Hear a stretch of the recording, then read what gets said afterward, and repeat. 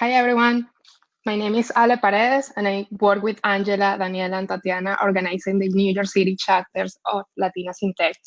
Today we have an amazing panel discussion about a day in the life of an engineer working remotely.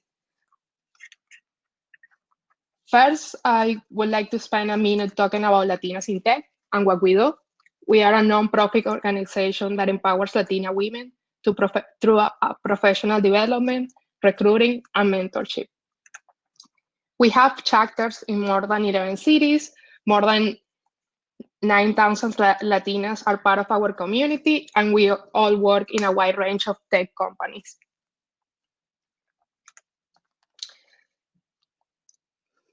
Our events are now virtual. While we miss seeing all of you incredible humans in real life, we encourage you to stay home and stay safe as much as possible. For those of you who can give back to the community, please go and visit latinasintech.org/donate. And every bit that you can help helps the community. And now I'm gonna hand it off to one of our partners, Button. Anastasia is gonna talk a little bit about what Button does. So yeah, let me bring in Anastasia to the stage.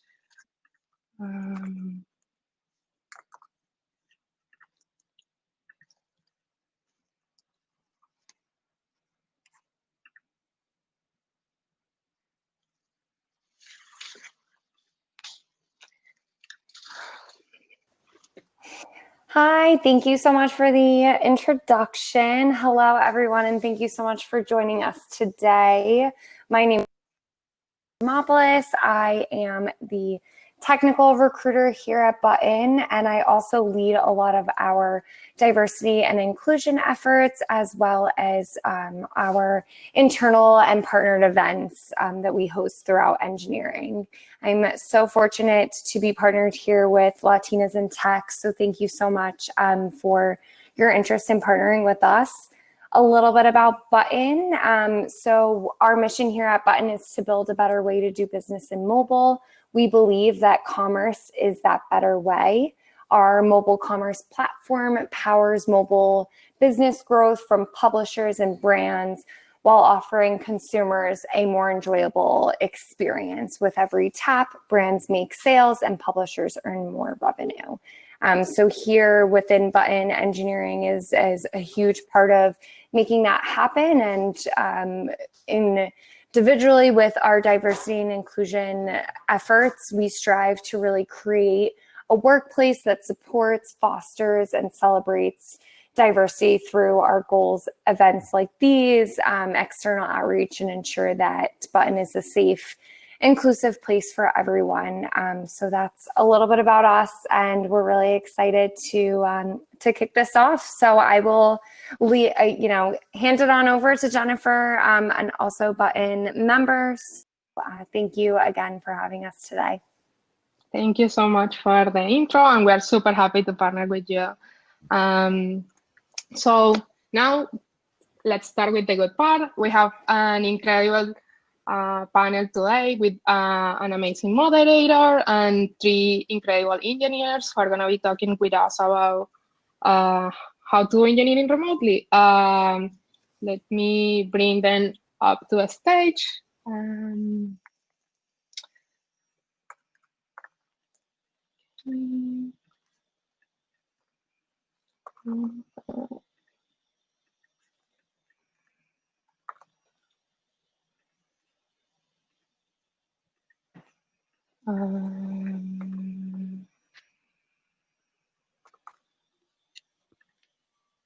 Thank you so much for joining us today in the panel. We're super excited to have you all here. Well, Jennifer, you have the power. I'm going to hand it off to you and kick us off. Awesome. Thank you, Ale. It's nice to have a little bit of power every now and again. So hello, everyone. Thank you for joining us today for this panel.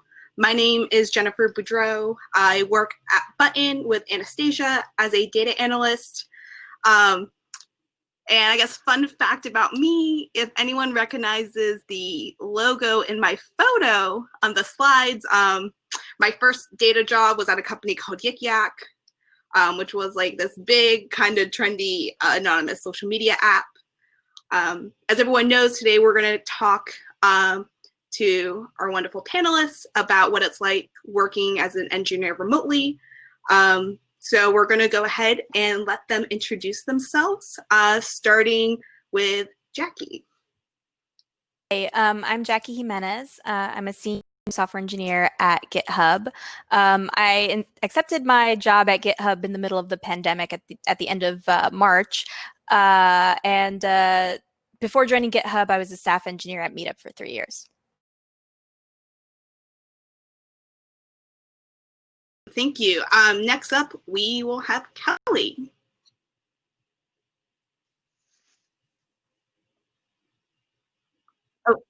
Jen, Anastasia, yeah. Before Button, I worked at Etsy for 2.5 years. Also on their data team. Very cool. Thanks, Kelly. And last but not least, we have Paula. Hi there, I'm Paula. I'm currently a senior iOS engineer at the New York Times. I work on their cooking app, which is very popular right now because everyone's shut inside. Previously, I was at BuzzFeed for 4 years. I've been doing iOS probably like 6 years now. I'll get into it later, but I've been actually remote for a little while before the pandemic. Also, non-sponsored plug, but if you have not used the New York Times cooking app, you should. It definitely adds a little color and spice to your life during quarantine. So I think to kind of kick us off, I thought it'd be great if we could just kind of understand a little bit. I know everyone kind of talked about where they're working now, but if we can just have a little bit more background of kind of how you got into engineering. So we can go in reverse order of what I just did. So Paula, I don't know if you want to kick us off kind of on how you started your journey and kind of ended up at the New York Times. Sure. So yeah, I came from a very traditional route. I actually majored in English in school, so literature is very, very different from iOS development. And I got into it maybe, like 6 years ago. I was looking for a more challenging and, just fun career, more creative. I started exploring different options within tech. I started learning like front-end development to like learn how to style my blog, and then discovered like a new potential career path and started looking at boot camps, and probably did that for about 1.5 years before I landed my role at BuzzFeed. And then how I ended up at the time is actually just networking. I met my former manager at the conference, and he had seen me on Twitter and sort of knew about me and like really wanted to get more diverse people on the team. So encouraged me to apply, and I wasn't really thinking about it at the time, but I just sort of went for it, and it felt like a smart career move at that point. So I've been there now for I guess 1.5 years, maybe approaching. It's been going great. Awesome, thanks for sharing. I think next is Kelly, if you want to share a bit.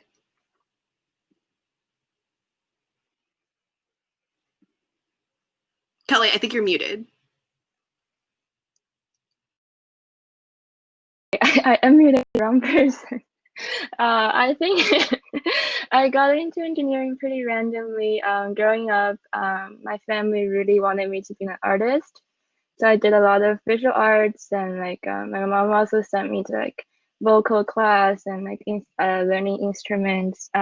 So when I got into college, I was like, I didn't know what I wanted to do, but I only knew that I didn't want to be an artist because I kind of completely rebelled.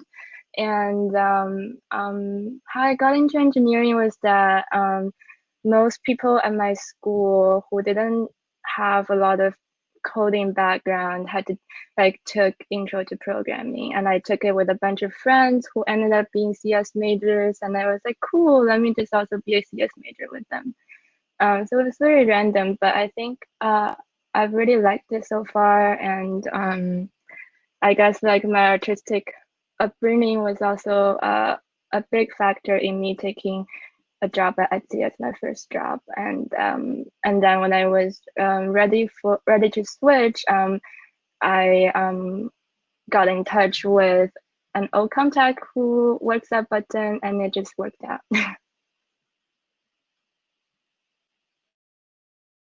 So because me and Kelly work on the same team, I must say when she says she did art, but that's like an understatement. She can literally cut the most amazing like paper figures in like 3 minutes flat. I wish I had a video to share with you guys, but it's like real. Not only is she an impressive engineer, she could also cut paper like unlike anyone I've ever seen. And yeah, finally, Jackie, if you can also share kind of like a bit more about your journey. Similar to Paola, I did not study engineering in college. It actually took me 4 or 5 years, more like 3-4 years to actually get exposed to programming. I studied film and television. I started working for PBS, and then from PBS, I started working for a nonprofit, not doing any film and television stuff, but it was a nonprofit that teaches programming to underrepresented and lower income high school students.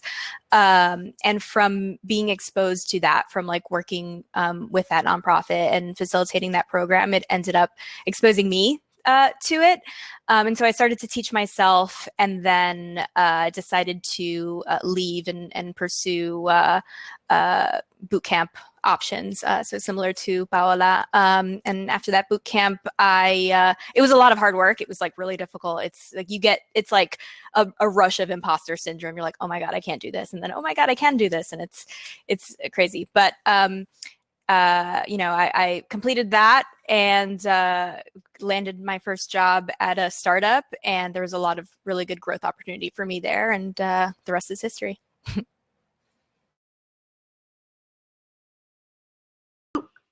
Amazing. Thanks everyone for sharing. So, Jackie, I know that we have discussed this a little bit prior, but earlier you just mentioned that, you kind of went from a situation where COVID was happening, and now you obviously work at GitLab, which was a company that was remote kind of regardless of what times that we're in. I was hoping you can kind of share a little bit about like what your transition has been like, especially since I think that there are kind of two sides to the current situation where there are companies that are adapting to remote work all at once, and then there are people who are finding jobs at companies that are already remote. I think that those might be kind of different situations to adapt to. And just to correct you, it's GitHub. I work at GitHub, not GitLab. Similar companies. My bad. It's okay. But yeah, so when I started interviewing and looking for new opportunities, we had heard of the pandemic, but it wasn't really here yet. So a lot of my initial interviews were in person, and so I started that process with a lot of in-person companies in New York City. But I was looking at remote opportunities. I liked the flexibility that remote offers, and so now it's funny that like no matter what job I took, I probably would have been full-time remote for a while. But GitHub was already a full-time remote company, and I knew that opportunity, the entire team would be remote. But I started that process, and kind of like right in the middle of like final rounds or getting close to final rounds, things really started to shut down, and some of my interviews became remote interviews. And so no in-office final rounds, it was all remote. And so companies were adjusting to that. And some companies just halted hiring, or they couldn't figure out how to do the remote thing, or they decided they weren't opening it up to new roles. So I started to get worried that I wouldn't find something, or that, I don't know, but it might just be more difficult. But some companies moved forward with me, and I was very happy to get an offer from GitHub, because I was really, really excited about them. And I think joining a company that was already full-time remote in this current situation was a good move because they kind of already figured out like a lot of the trouble with like onboarding a remote person and like having like the communication and stuff between teams. And that's actually what they look for when they interview. They care a lot about good communication, verbal, written communication, and being proactive about communicating with your team. And I think in general, like for right now, if you're hiring, that's a really good thing to look for, you know, because that's going to be needed in a more remote world.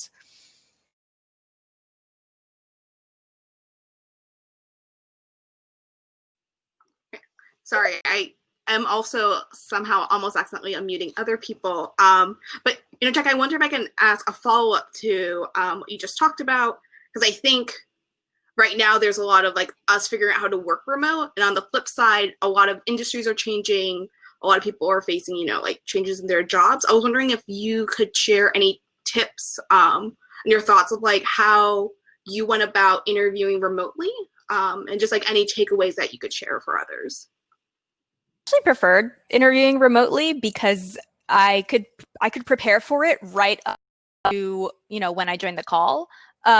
So, you know, normally with like an in-person, I might, you know, arrive early, you know, hang out in a coffee shop and like kind of prep myself, you know, before then, and then walk over, check in, you know, wait in the lobby, like all of that.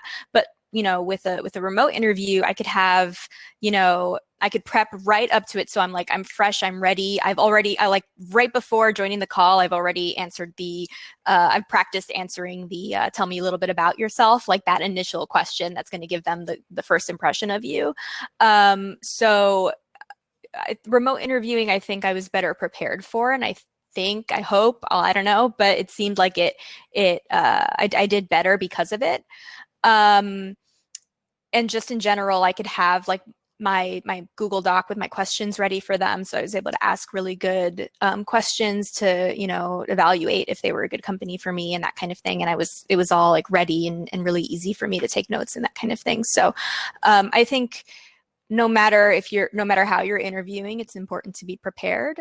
But interviewing remotely allowed for me to feel comfortable, you know, like to have everything already set up on my own computer at home. I know that situation isn't going to be great for everybody because, you know, if this is new to you, your internet might not be great, or you might have things around you at home that might make it more difficult for you to interview. But for me, I think it was really beneficial. So if you can make that time, if you can make that space for yourself, and you're looking for jobs right now, just in general to get those interviews and those opportunities right now. But you know, some opportunities are closing and others are opening up. So hopefully, like when you do land that interview, you can do really well in it. Yeah, I kind of really love that idea you talked about. It's like the situation is different, but kind of taking advantage of, you know, you can prep to the last minute, you can have resources more easily accessible to you, and kind of using those to your advantage where you might not have them in like a normal circumstance. So that's really great. So I guess speaking of remote, going to Pally, I know everyone's working remote, but you had mentioned that you've actually had been working remote kind of prior to this for a little bit. So hoping that you can kind of share, you know, what your experience has been, maybe working remote kind of pre-COVID, and then also now, like if things have changed.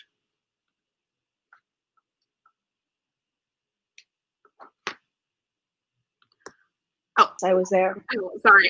I accidentally muted you when I meant to mute myself. I apologize. Okay. Okay. So yeah, I was saying I started at the Times working in office for the first 6 months, and then I ended up moving out to Philadelphia in August, so last August. And so I was remote starting at that point. I would go into the office maybe once a month to connect with everyone. It wasn't required. It's just like it was close enough that I could do that. And I missed everyone. It was nice catching up. It took like maybe 2-3 months to get used to being remote, kind of like setting my schedule, knowing like a good balance between like when I need to stop work, when I need to shut down, things like that. And just like getting better at communicating, like you mentioned, being proactive about it.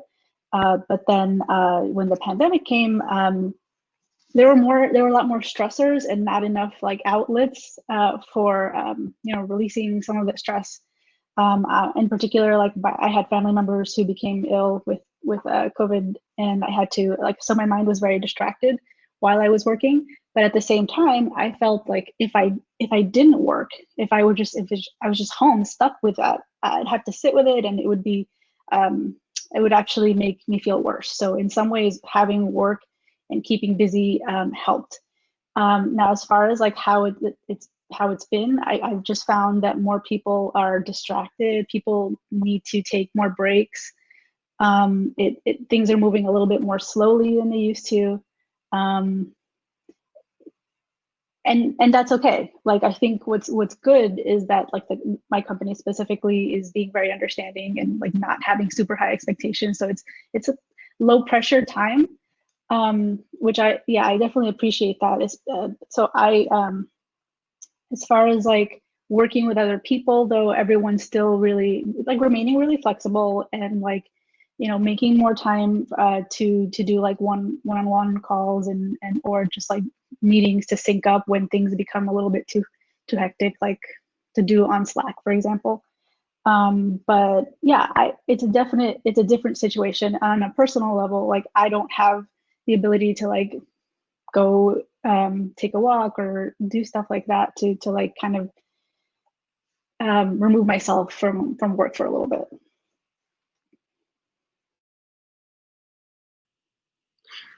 Yeah, thanks for sharing, and I hope your family is doing better. I think that's been kind of the crazy part about all of this, because I guess me personally, I'm sure a lot of people kind of fantasize about remote work.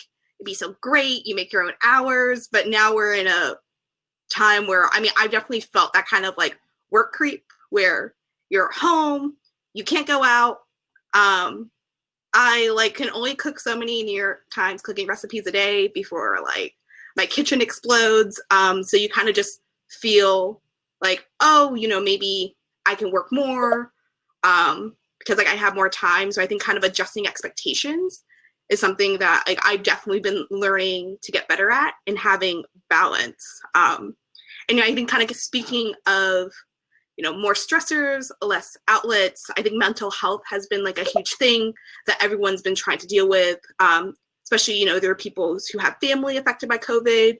If you're a parent, you're now juggling work and school and children all at the same time. So I guess to go to Kelly, I know that there's something that, we talk a lot about a button, like, mental health and how we can really try to support ourselves and each other. So I was wondering if you can share kind of your thoughts on, how you've been trying to keep yourself kind of afloat and a little bit more sane in these times. Yeah, thank you, Jen. I think one of the biggest challenge that I've faced, and I know a lot of my friends and peers have faced, is disconnecting from work after work, because it's so tempting to just keep working and now that we're home. And so and I feel like one really important thing to realize is that this is very unprecedented time. My best friend works for a private equity firm, and her boss, a very successful man in his like 60 or 70, he actually told them that this is the toughest time that he has experienced in his career. So, and I think that just like shows how unusual this time is. And I think I tend to be really harsh on myself. Like at the beginning of shelter in place, I was doing daily meditation with a friend who's in Boston. But then I kind of slacked. I was like, oh, I don't want to meditate. I don't want to do anything. And myself, it's like, why can't you just like take 5 minutes out of your day and like do this meditation? But then I realized, all this like meditation or exercising is just to make myself sane and feel better. And if I don't feel like doing it one day, like it's no big deal. And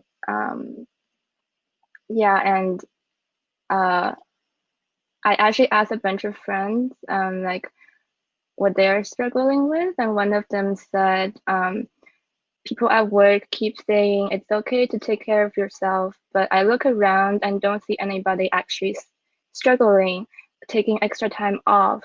So I feel like I'm alone, and I feel like it's just words. And I really resonate with that because yeah, and I feel like I just need to remind myself again and again that this is unusual time, and it's okay to take time off or be kind of myself. I think I didn't realize this until like my mom sent me a picture of my dad. So my dad's a professor, and he's like all working and teaching online now. My mom sent me a picture of my dad like teaching in his pajama pants, like with like a dress shirt.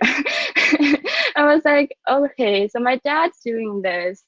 Then I think like it just shows that like, you know, I think everyone's struggling this time, and it's important to be kind to ourselves.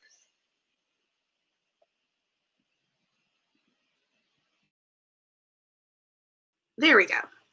Yeah, you know, I feel like I saw some parallels on the flip side of kind of what you were saying and Paolo was saying about how, you know, at work, we kind of have to adjust our expectations of, you know, productivity and like what we can expect from people while they're dealing with so much in like their personal life. But on the flip side, I guess it's also good that we adjust expectations on ourselves. I'm sure like everyone on the panel and everyone who's here today like are very like ambitious people. But yeah, I like that. Be kind, not just to others, but to yourself, for sure, in these times. I guess also, Paolo, Jackie, I didn't know if you guys have any other like tips you'd want to share on like how you're dealing with mental health these days. Yeah, so I am fortunate. I don't know if you want to call it fortunate, but in February I actually got a puppy, and I've been like having something else that's not me to like take care of and like put, you know, like he consumes a lot of my thoughts, especially early on, because he's like just attention all the time. So that helped a little bit. And one thing I think Kelly mentioned is exercise, which has been huge. I didn't exercise for the first 2 months, and I felt bad about myself, and I felt like you know, I was gaining weight because it was like we're just sitting around and eating. So getting back to exercise helped a lot. I do it in the morning, it's like here in this space actually, just whatever I can. And I've been using like an app to track it, and doing what I can to keep my mind on positive things that are good for me. Also people, like staying in touch with people. So my family being sick has brought us together, me and my siblings. I have a lot of siblings, I have 5. So we have a group chat, and we're just like keeping in touch, and like, you know, just like checking in with each other. And it's made a huge difference in my life mentally, and just like knowing they're okay. I actually finally got to visit my dad after he was ill, and that was huge. But yeah, just being in touch. And I think the last thing I would say, I found this fun hobby, like a lighthearted hobby. I started looking into like reading tarot cards, and like something different and like positive, I think can be really meaningful in your life. For me, when this all started, and I wasn't used to working remotely full time, so it was already a big change for me, but also just the fact that I couldn't even go out and see people, and even just, like now sometimes I'll take a walk, but I think the biggest change that I realized that really helped was I discovered that in the bedroom of my apartment, I live in an apartment. I don't have a balcony. I don't really have an outdoor space. And I really missed like just being outside and like being able to sit in the sun. And I know that I'm going to I'm going to miss that even more like as the weather gets nicer. But I discovered like the window in my bedroom at 3:00, the sun starts to come in until around 5:30. So I just sit by my window with the window open when it's nice out, and I just like let the sun shine in with the nice weather, feel the breeze. Like it lifts up my mood so much to even just sit there for like 5 minutes. And what I've been doing is just like sitting by my window with my laptop for that, for the afternoon. And it also helps with like reminding myself to unplug, because I feel the sun come down and then it starts to get a little colder, a little windier. And I'm like, okay, it's 5:30, 6 o'clock. I'm done here. It's my work day's over. So that's also like a physical reminder, like to step away. So that's been a huge help for me. And I noticed the difference, once I started doing that. Thanks for sharing, guys. Jackie, I might have to take that whole like physical reminder. So I think that is sometimes the hard part of like when you're at a screen, you're not like chatting with people, you're not like walking to meetings. Time just seems to go so fast that sometimes, it's like 6, 7 o'clock. I made brownies, I forgot to eat them, which actually has happened before, which is like really insane. I love sweets, so. Yeah, like, and in an office, you start seeing people leave, and so if you were focused, like you're at least, okay, people are leaving, like it's getting quiet. That's when you start, you can start to realize like, okay, it's time to go home. It's time to go home. But when you're at home and it's just like the same, just your focus, you're sitting in front of the computer for several hours, like it's really easy to miss, and just keep working. Yeah, definitely, for sure. So I guess for us to kind of shift focus a little bit, I think something that everyone's kind of talked about is just like communication. Now, communication is important on a day-to-day, but especially being remote, it's even more important to be able to communicate like via things like Slack, more asynchronously, since it's not always so easy to just grab someone and go to a whiteboard.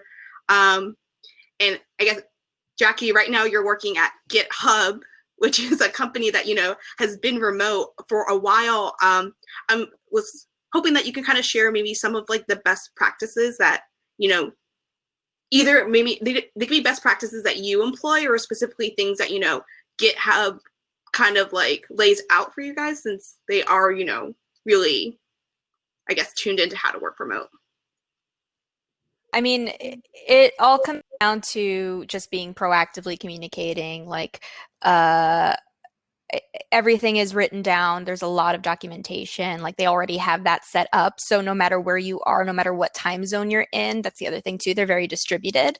You have access to the information. And so they make a lot of use of Slack. They make a lot of use of GitHub uses internal tools a lot, so they use issues and discussions a lot on the platform, but they're like internal to your team. And just everything is written down, and we try to, it's not a lot of meetings, funny enough. Like you would think there'd be more like video, like we're in contact with each other, but people generally tend to avoid meetings, but try to be available if someone wants to hop on a call. I think that's an important thing too. Like if sometimes like going back and forth typing things in chat or in a more long form like discussion type thing, that can be easier like to gather your thoughts and to do research, come back and answer the question. But sometimes you really just need to like, okay, let's talk about it, because maybe there's a miscommunication. So it's like a lot of it has just been learning when to, like, what communication tool is best, and always be communicating. In terms of best practices, I think there's like trade-offs, right? Because if you're doing everything written down, if everything is in like a long discussion, then in order to like get the context, you need to like read the whole thing. So I think a good practice is to summarize long discussions. If everything's written down, like being able to summarize it, writing down like, okay, these are still the open questions, so that people don't have to read the whole thread. And just like whatever you can to make it really easy for someone to pick up on the context, I think is super helpful. And in general, I think it's on all of us to be proactive in communicating, like, but also, it's good every once in a while to check in on people. Hey, how's it going? Because sometimes you might be so focused, you don't even realize that you're stuck. And then someone says like, hey, how's that thing going? Like, I'm interested in it. And then like you do a remote pairing and like, oh, you figured it out really quickly. So checking in on each other, and like, even though like you're really focused on your work, just like thinking about the rest of the team. Like I definitely see that where people will like message me. I'm new. So, you know, they expect I'm going to have questions. I might get stuck. You know, even though I do have several years of experience, like when you're new to a team, there's just so much context you don't have. So I've definitely seen people don't just like leave you alone isolated, like they try to check in with you. And another thing that's been really helpful is we have a weekly hangout time where the whole team just hangs out in video chat and just talks about non-work stuff. And that's been nice to like get to know each other, especially since I'm new. I've never met any of these people in person, you know, like I started remote. So that's been really helpful to just feel like I'm a part of the team and that we're not all just strangers on the internet.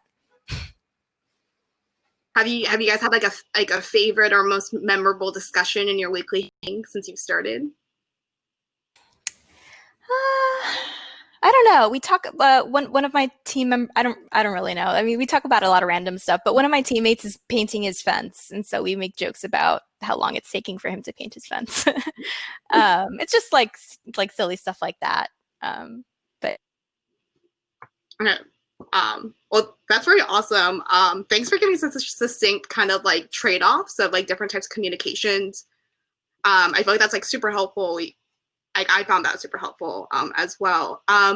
So I guess it's great to hear that you're not like drowning in meetings. I know that that's been like a challenge that people have faced. I guess Paula, I'm curious, how is that like something that you found yourself in, or you know, how has kind of like your, I guess, shift of time been from like developing in meetings before and developing in meetings now? I think in the beginning, there were a lot more meetings. There were just like, I think the idea was to try to keep us like all feeling like we're still, you know, as close as possible. But I think they've slowed down, and there are more now more like one-on-one or like informal meetings, which I think are more helpful. We've still kept things like happy hours, like once a week, and we do have a weekly meeting as well with with just like all the mobile, so like iOS and Android as well. And it's like half, like 50% fun and 50% work, and it's pretty great. I find that I'm less aware of what my coworkers are doing than I used to be even before the pandemic, because yeah, I don't know. There's the distance is it feels bigger for some reason. Maybe because I don't get to see them as often. I found that there's a difference between everyone being in a different place and when I call and they're all together in the same room. There's a lot more. It feels like there's more interaction, and I almost feel like I'm in there with them. So I think overall it's working out well. I appreciate that as Jackie said, that you kind of have to be proactive and know when it's time to like get off of Slack and just jump on a call really quick with someone and pair. We have an associate, so a more junior engineer on my team, who I do sometimes have to check on and make sure I'm not like completely abandoning, because you know, they might have questions and they might feel like they don't want to bother me or something. So I try to make sure like, hey, how's it going? How's that project going? Well, at the same time, like trusting that she's doing all right. So I think it's working out well. I think more people are getting used to it as time goes on. So the folks who maybe weren't used to working remotely are becoming better at it, and I think that's helping how we work together.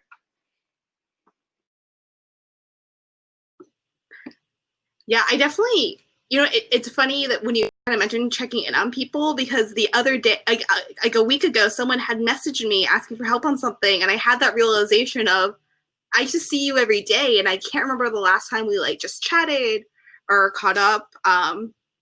So I guess, you know, being kind to yourself means giving yourself some slack. Maybe being kind to others is being mindful of everyone's going through, but also being more proactive and checking in. It's definitely like I wrote that down. That's a takeaway that I could be better with for sure. So just quick pause. We're going to transition into Q&A really soon. If you guys haven't seen like or paid attention to the chat, there is like a question functionality. not only can you guys like ask questions, but you can upvote questions. So, the next couple minutes, feel free to, submit anything, vote on anything, and we will get to that soon. So I guess I'll have like kind of one final question for Kelly, because I think we talked about communication. I was wondering if you could, kind of two parts of this, like, as far as like you and developing and communicating with like just different engineers, not only on your team, on different teams, what are like communication strategies that you think like work well? And I guess for everyone out there, what are some things that you feel like are also like kind of pitfalls that people could be mindful of when they're attempting to communicate, like technical discussions, different design docs, anything like in that vein? Yeah, I definitely agree that like sometimes when you talk on Slack, for example, or on Doc, for like a such amount of time and you're still not going anywhere, like jumping on a quick Slack call is super helpful in that case. And I definitely have a lot of challenges with like async communication because it's hard to know because it's just hard and different from face-to-face communication. Like I might be having a bad day and then like making some assumptions about the other person. So something that I remind myself over and over again is just be mindful and assume best intention. And I think that's been really helpful. Oh, awesome. Well, thank you guys for answering all of my questions. I think we're going to transition to answering questions from people in our audience. So let's see. The first question that we're going to take is from Kathy, and she wants to know, can you all talk about what type of projects you're currently working on remotely? To make this easier, I will call on each person to give a brief discussion and talk about it. So Paula, do you want to start? The question is what projects I'm working on? Yeah, just what projects are you currently working on remotely? So right now, I don't have any feature work that I'm doing. It's basically, there are a few endpoints that we're reworking on the back end. And so I'm working on like supporting them on the client side on the iOS app. And there's some ongoing analytics work that we're doing to use like an in-house analytics library that I'm like also writing events for. It's not super glamorous. I think this is due to like we don't have any there's like a shortage on design resources right now, so we're sort of waiting for a bit. We're definitely rethinking like follow-ups on. I worked on a grocery list feature for the cooking app, and we're working on some follow-up like iterations for it. So it's a few different things. I'm sort of like blocked in some areas, like waiting on other folks to finish up their work. Like as I mentioned, we're moving a little bit more slowly, but I'm trying to be patient and understanding about it. Okay, awesome. Jackie, you want to go next? So at GitHub, I joined a team, Codespaces, which is a new feature that GitHub released. They announced it at Satellite, which was their virtual conference earlier this month. I wasn't allowed to tell anybody, like, because it hadn't been announced yet. When I joined, I was like, I'm working on a new thing, but I can't tell you what it is. But that's been really cool to see the excitement, like once it was announced. And my team works very closely with the team at Microsoft. Like we partner together. It's Codespaces. If you don't know, it's a way to use VS Code in the browser. So you don't and everything is all set up. So you can, with one click from a repo or from a pull request, you can open up the code, you can run the code and you can see how everything works, and you can edit it, you can commit changes. So it makes it really nice without having to set up your computer, without having to like clone the repo, without having to do all of the setup that you would normally do when you want to make a change. So it's really cool. It's really excited. We're in limited beta right now, so very few people have access to it right now, and our team is working on making it able for like other people, like more people to join, to make it for general audiences to enjoy. But we're learning things from the beta, and we're working on, and we're iterating on it. I'm super excited when that gets released. I'm going to be stalking all the announcements on GitHub's page now.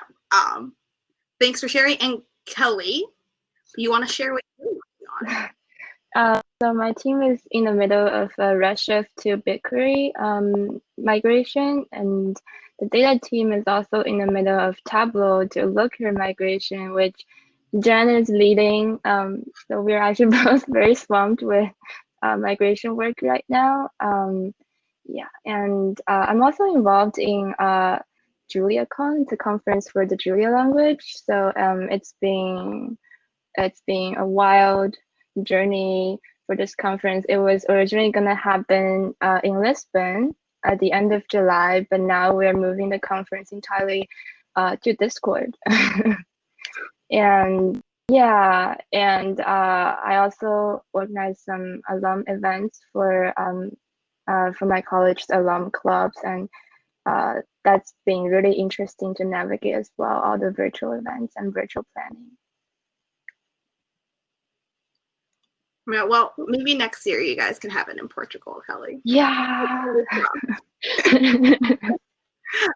Okay, awesome. Thanks, guys. So the next question we have, and I think Paolo and Jackie, you guys might be able to speak to this specifically, the question is, do you have any advice for bootcamp graduates who have recently graduated and are looking for jobs during the pandemic?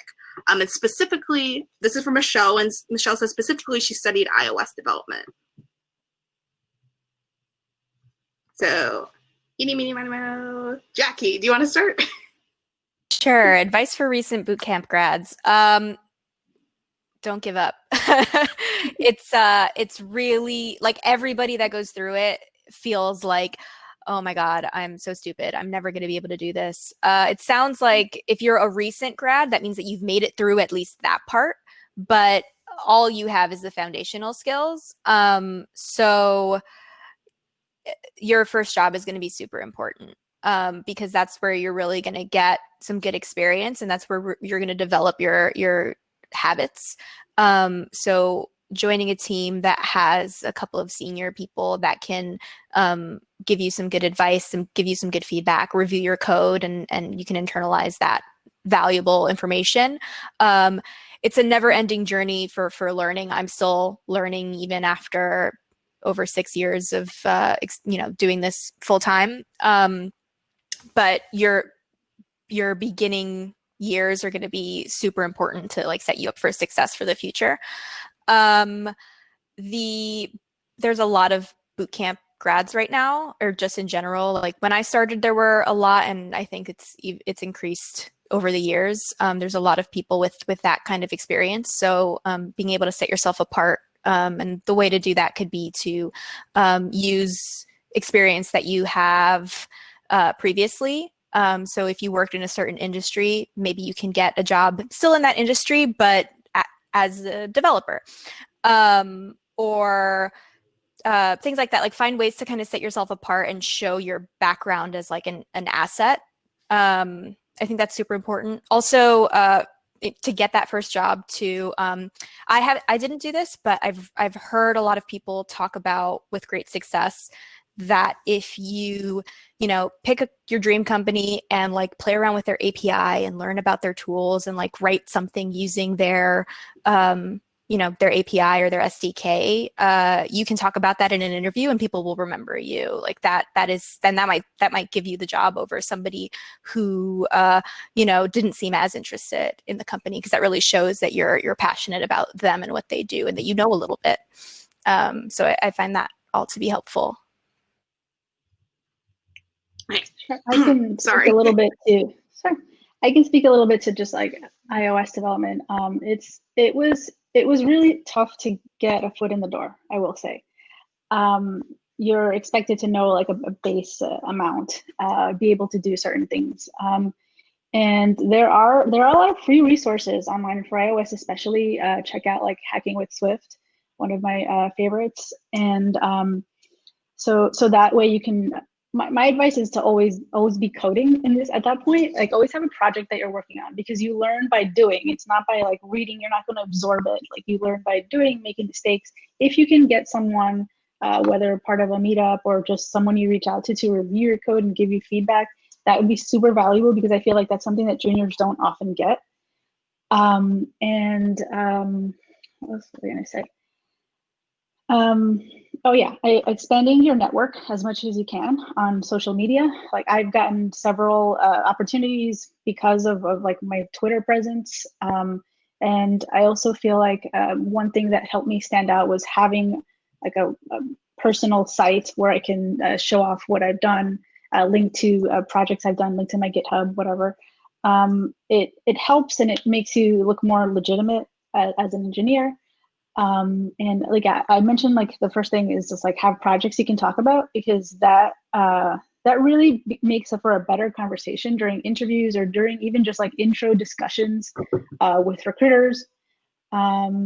Yeah, and take advantage of those free resources. And if you need some more, I have some. Like reach out to me. I can definitely give you some like good iOS like interview preparation materials.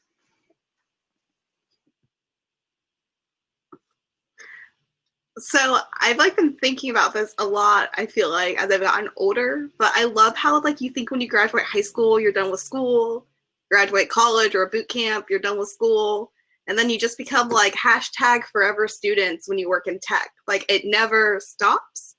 So that was all really great advice. Thanks. And the next question we have is from Scarlett, who's wondering, what are your favorite things that have made work from home more enjoyable, comfortable, or productive?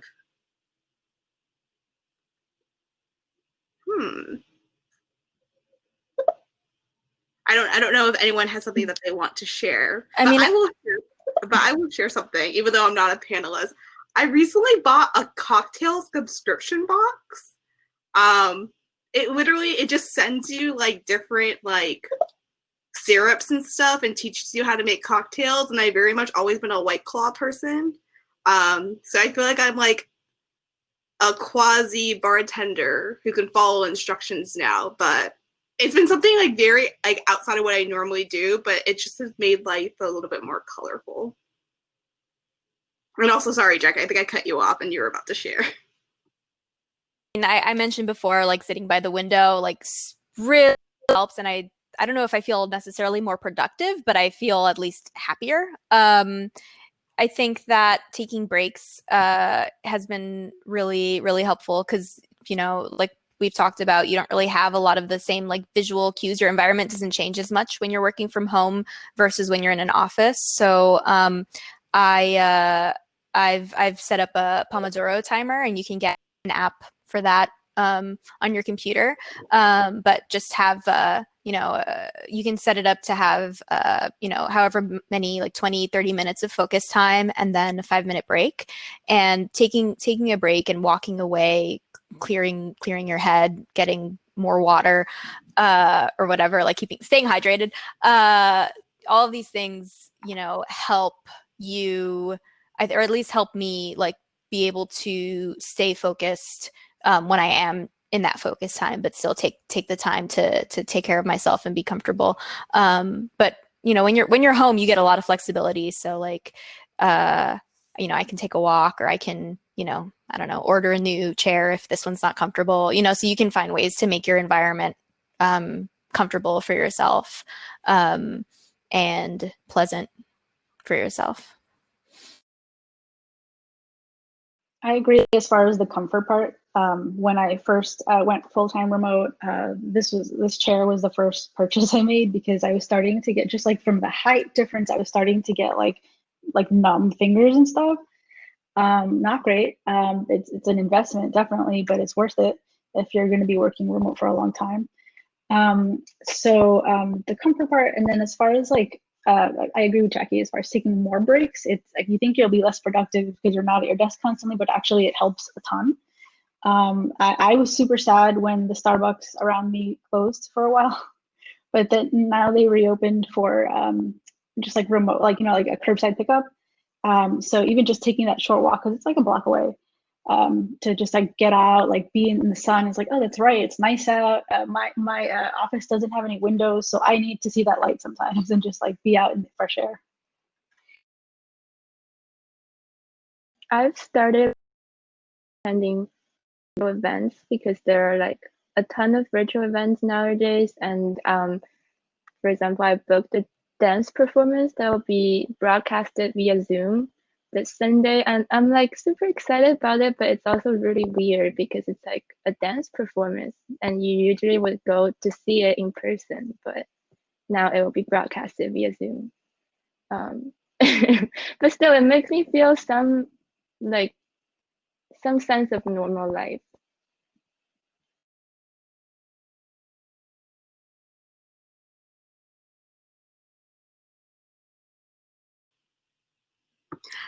Yeah, I definitely feel like in some ways we have to like reclaim our normalcy, like wherever we can. So I think we only have a few minutes left, so I will ask one of the final questions that we have. I think this is like maybe an interesting one. So it, Adriana was asking, as part of the way that she unwinds is reading.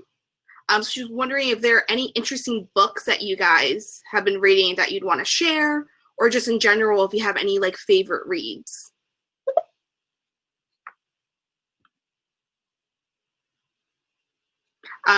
So I will actually, I love reading. So if I could give one recommendation to everyone here is, if you've never read a Pat Conroy book, I have cried reading every single one of his books. He writes beautifully. He's like, I don't know, it's like, it's not like depressing, but it's just like very moving. But a lot of his books draw through his own life. And, he kind of came from like a really rural part of South Carolina, came from like a military family. But his book, Prince of Tides, not only is it amazing, but apparently the movie won an Academy Award. So you really can't go wrong. So I'm a fan of The Cut magazine and New York Magazine, and I've been reading a ton. I actually also get the physical subscription, and I love, yeah. I spend a lot of like too much time on Twitter, so I end up reading like a lot of negative stuff, and I don't recommend it. Like as much as possible, read more positive things, and it can be hard being inundated with like a lot of the negativity going on right now, and like what we see going on with like a lot of the backlash against what the measures that we're taking to like protect ourselves right now. To, like, don't do it. I don't read like, I don't know. I don't read to read, but occasionally I'll read like technical books. So Building Microservices, I think is what it's called, by Sam Newman. The Sam Newman book is really good. Manager's Path, if you're interested in like what the different like leadership paths, that's by Camille Fournier. I'm not sure how to say her name, but that's really good. That's a great book on engineering leadership. And Practical Object-Oriented Programming in Ruby is what I've been reading most recently, because GitHub is a Ruby shop, and I haven't done Ruby since I first started programming. That's what I learned in the boot camp, and back 7 years ago, it was a very more popular than it is now. So I'm reading that book, and it's a great refresher on architectural like design and using the Ruby language. But I think that like no matter what language you're using, I think it has useful information there. Okay, awesome. Well, thanks for sharing, guys. And I guess this is the end of the Q&A and the panel. So I will hand this over to Ale to wrap up this event. Awesome. Thank you, Jackie, Paola, Kelly, and Jennifer. This was an amazing discussion. Thank you, everyone that joined us. Thank you for all of the questions. If some of you missed some of the questions, there's going to be a recording going out after the event ends. So be sure to share them with your friends, and you can watch over again the webinar.